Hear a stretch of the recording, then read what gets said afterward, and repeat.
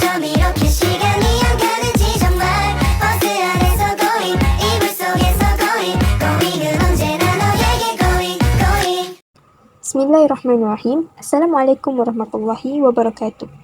Nama saya Nurul Izzah binti Muhammad Sahidan, memegang nombor matrik D2310406. Saya ingin membentangkan berkaitan dengan tajuk iaitu perbezaan kurikulum pemata negara dan kurikulum standard prasekolah kebangsaan KSPK. Tanpa melengahkan masa, mari kita ke topik yang pertama. Perbezaan yang pertama dalam pembentangan saya ialah perbezaan latar belakang antara kurikulum pemata negara dan kurikulum standard prasekolah kebangsaan KSPK. Bagi latar belakang kurikulum pemata negara ialah diketuai oleh Timbalan Perdana Menteri Datin Seri Rosmah Mansor. Idea mengenai program pendidikan awal kanak-kanak ini telah dikonsepsi pada tahun 2004 hingga 2005 oleh sekumpulan pakar yang diketuai oleh isteri YAB Timbalan Perdana Menteri. Diuruskan oleh Pusat Penyelidikan Perkembangan Kanak-kanak atau National Child Development Research Centre. Pusat Penyelidikan Perkembangan Kanak-kanak Kebangsaan atau National Child Development Research Centre NCDRC telah ditubuhkan di Universiti Pendidikan Sultan Idris untuk menguruskan pembinaan kurikulum pemata negara dan pelaksanaan penyelidikan yang berkaitan. Pemata dilaksanakan di semua taska di bawah kerajaan. Kerajaan telah memutuskan untuk memperluaskan lagi program pemata negara ini dan mengarahkan pelaksanaannya ke atas semua taska di bawah kelolaan kerajaan. Penyelidikan dilakukan terhadap pemata untuk mengetahui perkembangan kanak-kanak. Pada tahun 2010, satu penyelidikan yang menyeluruh telah dijalankan oleh Jawatankuasa Teknikal Kurikulum dan Penyelidikan untuk menentukan keberkesanan pelaksanaan kurikulum pemata negara oleh semua agensi yang terlibat.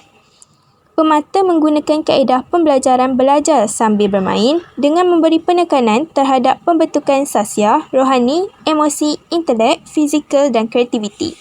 Bagi latar belakang KSPK pula, kurikulum standard prasekolah kebangsaan ini diperkenalkan pada tahun 2010.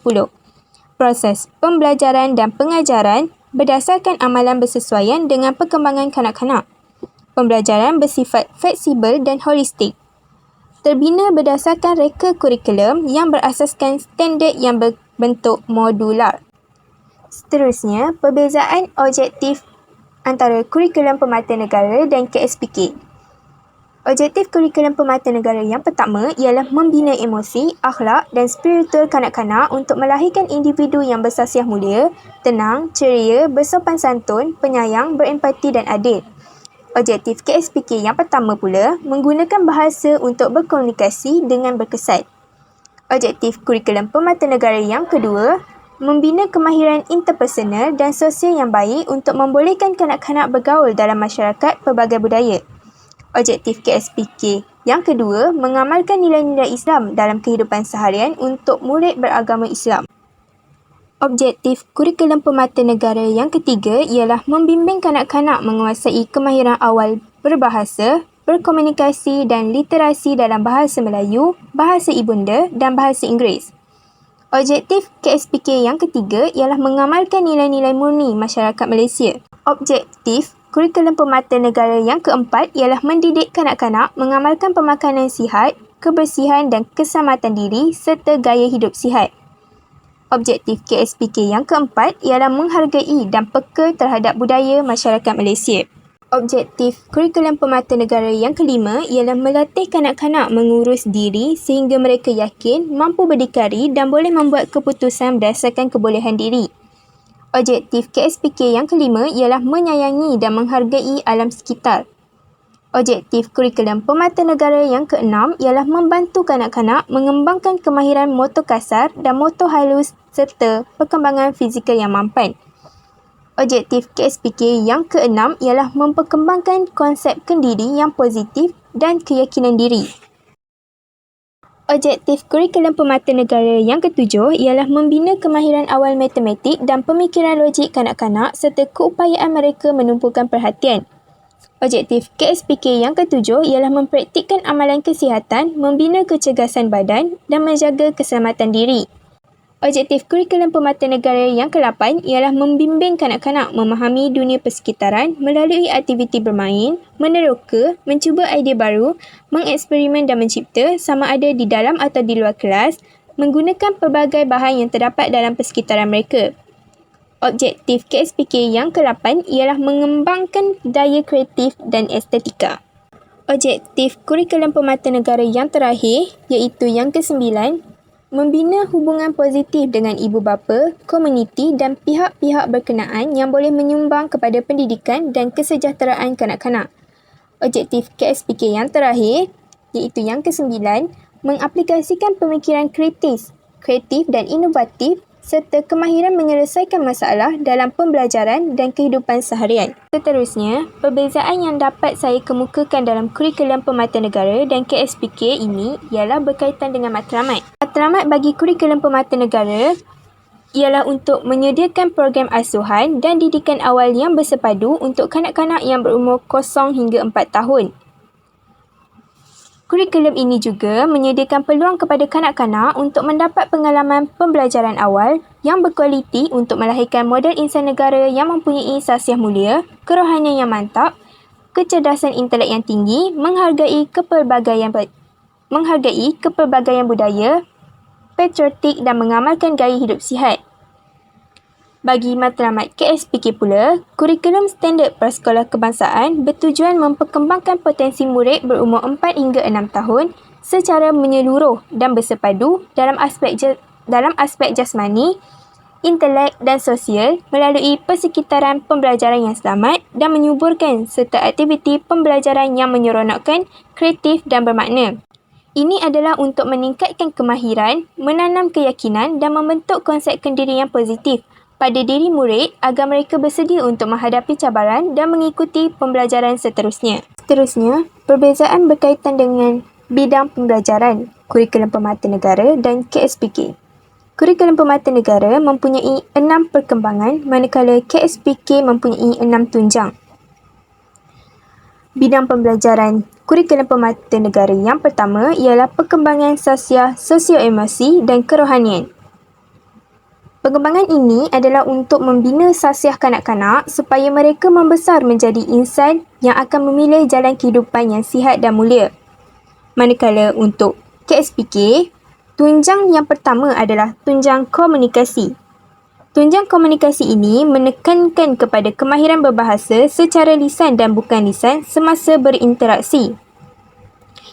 Tunjang ini juga mengandungi disiplin ilmu bahasa yang wajib dipelajari oleh semua murid prasekolah iaitu Bahasa Melayu dan Bahasa Inggeris. Bagi murid di sekolah jenis kebangsaan Cina atau Tamil, mereka wajib mempelajari bahasa Cina atau bahasa Tamil.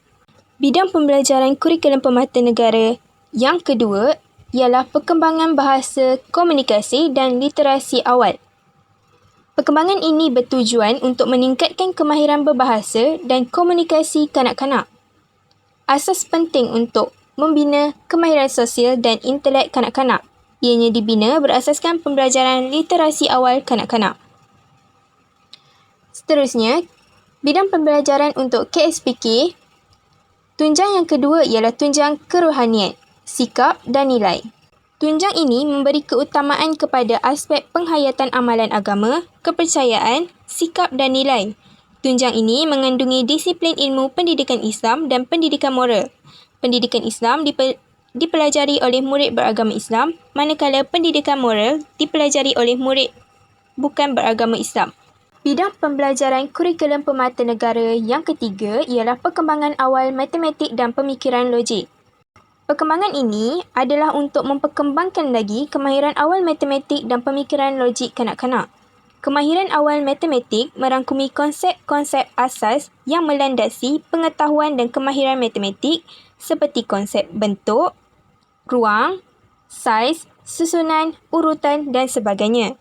Bidang pembelajaran untuk KSPK pula, tunjang yang ketiga adalah tunjang kemanusiaan.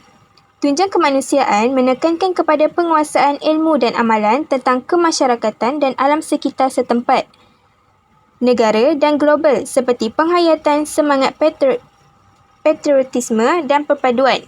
Bidang pembelajaran kurikulum pemata negara yang keempat ialah perkembangan deria dan pemahaman dunia persekitaran. Bagi perkembangan deria, ia melibatkan mata untuk melihat, kulit, rasa sentuhan, hidung untuk menghidu, mulut dan lidah untuk merasa, manakala telinga untuk mendengar. Bagi perkembangan pemahaman dunia persekitaran, ialah untuk meningkatkan lagi kemahiran berfikir secara awal saintifik, menakul, deduktif, kreatif, imajinatif dan kebolehan membuat analogi iaitu perbandingan. Bagi KSPK, tunjang yang keempat ialah tunjang keterampilan diri. Tunjang keterampilan diri memberi penekanan kepada perkembangan sosial emosi dan pembinaan kemahiran berinteraksi serta kemahiran sosial dalam kalangan murid. Pemupukan kepimpinan dan sasih diri melalui aktiviti kurikulum dan ko-kurikulum juga ditekankan dalam tunjang ini. Bidang pembelajaran kurikulum pemata negara yang kelima ialah perkembangan fizikal dan psikomotor. Bidang pembelajaran ini untuk mengembangkan lagi kemahiran fizikal dan psikomotor kanak-kanak 0 hingga 4 tahun untuk membolehkan mereka mengawal anggota tubuh badan dengan berkesan. Manakala, tunjang yang kelima bagi KSPK pula ialah tunjang perkembangan fizikal dan estetika.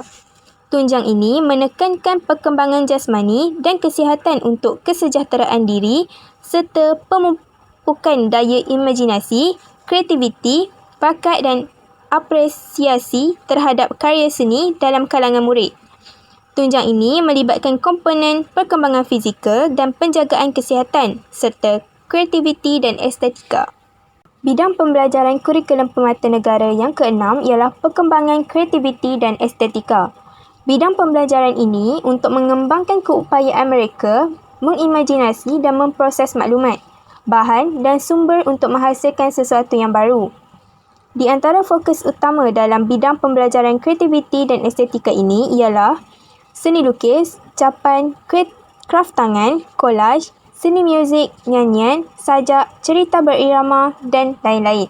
Bagi bidang pembelajaran KSPK, tunjang yang keenam ialah tunjang sains dan teknologi.